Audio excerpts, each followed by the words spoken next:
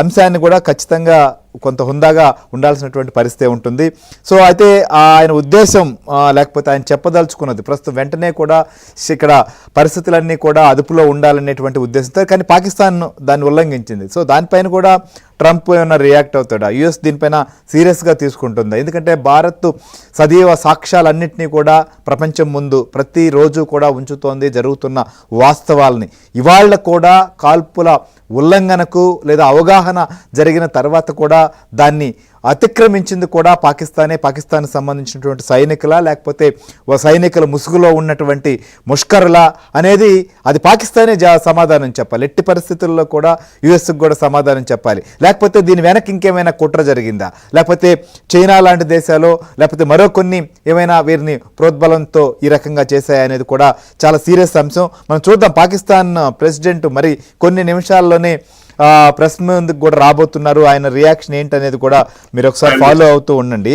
ఒకసారి మనం శేషాద్రి గారితో కూడా మాట్లాడదాం. శేషాద్రి గారు, ఏంటి ఇప్పుడు పాకిస్తాన్కి భారతదేశంతో యుద్ధం ఎదుర్కొనేటువంటి దమ్ము ధైర్యం లేదు, ఖచ్చితంగా ఆ విషయం తేలిపోయింది. ఎందుకంటే మనం గత కొద్ది రోజులుగా ఒక 3 రోజుల పాటు జరిపినటువంటి దాడులతోనే ఉక్కిరి బిక్కిరైంది. వారి ఎయిర్ బేసెస్ ధ్వంసమయ్యాయి, అనేక పోస్టులు దెబ్బతిన్నాయి, చాలా ప్రదేశాలను టార్గెట్ చేశాం. భారత భూభాగం ఆనుకునున్నటువంటి పిఓకేలో మాత్రమే దాడి చేస్తారు, మన భూభాగం మీదకి రారు అని ఇవాల్టి వరకు భావించారు. కానీ కాశ్మీర్లో దాడి చేసి భారత భూభాగంలోకి వచ్చి దాడి చేసి పాకిస్తాన్లో దాక్కున్నటువంటి వారిని వెతికి మరీ టార్గెట్ చేసి మరీ ముష్కరులను కూడా కొట్టాం. సో తర్వాత ఖచ్చితంగా ఇది ఒక భయం కూడా రేకొచ్చింది. ఆ దేశ ప్రజలు కూడా రోడ్ల మీదకి వచ్చారు. ముఖ్యంగా పీటీఐ సంబంధించినటువంటి పార్టీ కార్యకర్తలు అయితే ర్యాలీలు నిర్వహించారు. రాత్రికి రాత్రే ఈ ప్రభుత్వం ఫెయిల్ అయింది, అసలు భారత్తో ప్రస్తుతం జరుగుతున్న పరిణామాలు చూస్తే అసలు దేశంలో చాలా ఆందోళనకరంగా ఉందని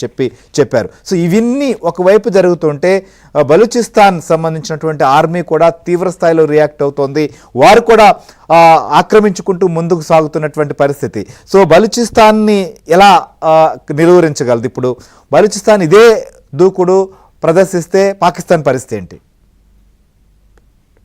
చాలా విచిత్రమైన పరిస్థితి అండి ఇది. మహాభారతంలో జరిగిన ఆఖరి ఘట్టాన్ని గుర్తుపెట్టుకోండి. బ్రహ్మాస్త్రాన్ని ప్రయోగించారు. అంతా అయిపోయిన తరువాత పాకిస్తాన్ ఎప్పుడూ నమ్మటానికి వీల్లేదు. సర్వం అయిపోయిన తరువాత చివరికి అణ్వస్త్రాలని ప్రయోగించినా కూడా మనం ఆశ్చర్యపోనక్కర్లేదు.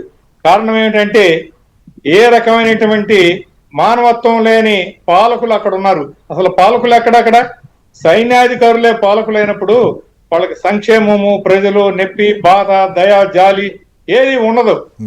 ఖచ్చితంగా అనేక సార్లు భారతదేశాన్ని కించపరిచి చేసి యుద్ధం మొదలైన తర్వాత కూడా అణ్వాయుధాలను బయటికి తీస్తామని ఇంకా 2 గంటలకి ఈ రకమైన సీజ్ ఫైర్ అవుతుందన్నప్పుడు కూడా హై లెవెల్ న్యూక్లియర్ ఆ కమిటీని పిలిపించి మాట్లాడిన వాళ్ళు ప్రతి దానికి కూడా మనని ఎప్పుడు కూడా బ్లాక్ మెయిల్ చేస్తూ భయపెడుతూ అనేక సార్లు నానా పులి అని అని అని చివరికి నిజంగానే పులి మీద పడినట్టు నాకైతే ఏమనిపిస్తోందంటే వాళ్ళు వెనకాడరు. ఇప్పుడు ఈ జలాల్ని సింధు నది జలాలను ఏం చేస్తున్నారు చూడండి. అవి కనుక మనం ఆనకట్టలు ఏమైనా కడితే వచ్చి బాంబింగ్ చేసేస్తారంట. ఆనకట్టలని వాటిని నిర్వీర్యం చేస్తారంట. అంటే ప్రతి చోట అంత దురహంకారంతో అంటున్నారు. అంటే దానికి కారణం ఏంటంటే అణుశక్తి మా చేతిలో ఉంది అని. ప్రపంచ దేశాలు కూడా ఈ 2 దేశాలు అణుశక్తి దేశాలు కాబట్టి సమన్వయం అంటున్నారు. సమన్వయం అనేది ఎలా వస్తుందండి? ఒక పక్కన సమన్వయం అంటే కాదు. అది